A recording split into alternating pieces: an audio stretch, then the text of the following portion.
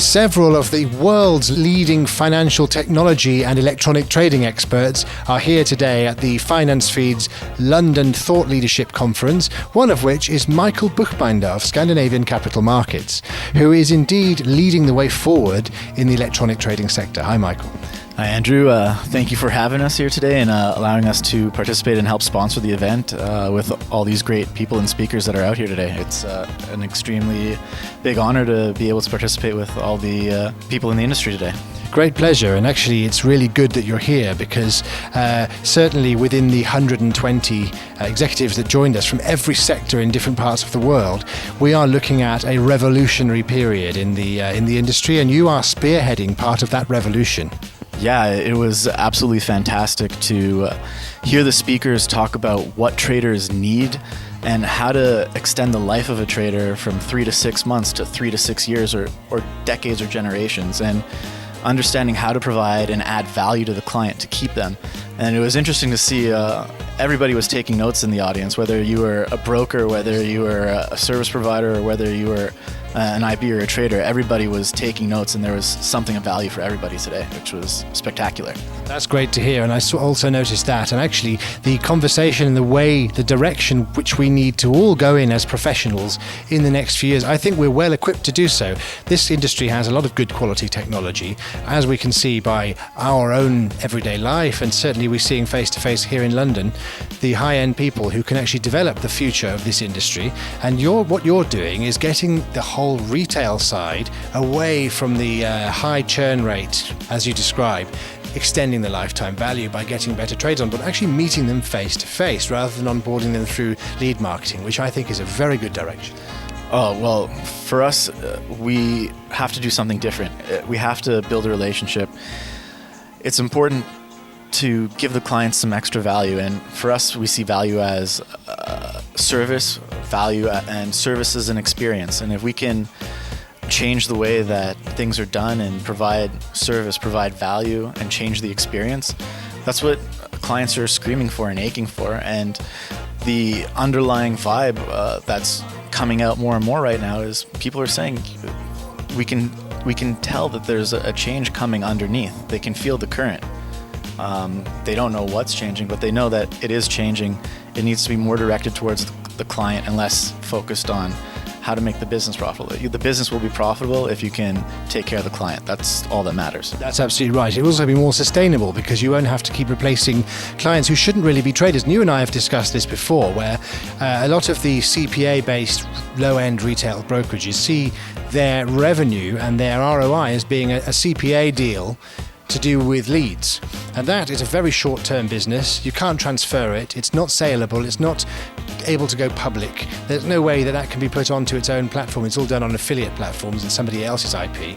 And actually it's not sustainable. So what you're creating is a sustainable model for the sector which attracts proper traders who should be trading, who have got portfolios and who are managing other people's portfolios and are actually should be in the retail market in the first place rather than those who shouldn't. I love how you talk about retail traders versus other traders, because today we had some hedge fund managers sit down with some professional traders that are managing well over 500 million apiece. So together, between the hedge fund and the two other fund managers that we had here today, there is over $3 billion just sitting at that circle between the 5 or 6 of us. And understanding and listening to them talk about how they trade and their understanding of the markets, it's super refreshing working with professionals that have over 20 years of experience that know what they're doing.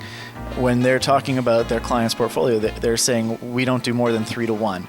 Maybe if we do 10 to 1, but we've already over leveraged if we do 10 to 1. Mm-hmm. I agree. I think that the monetization of a client account should come from margin capital rather than leverage, and that is the way it's going to have to go. And the listed derivative sector is a bit like that.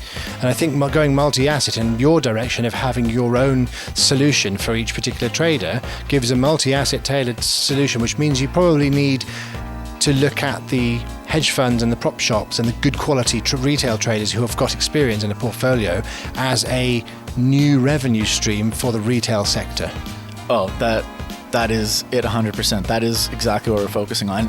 And one of the smartest things that I've heard today from one of the hedge fund managers was the FX market is a special market, and you shouldn't have yes, a ton of traders lose money.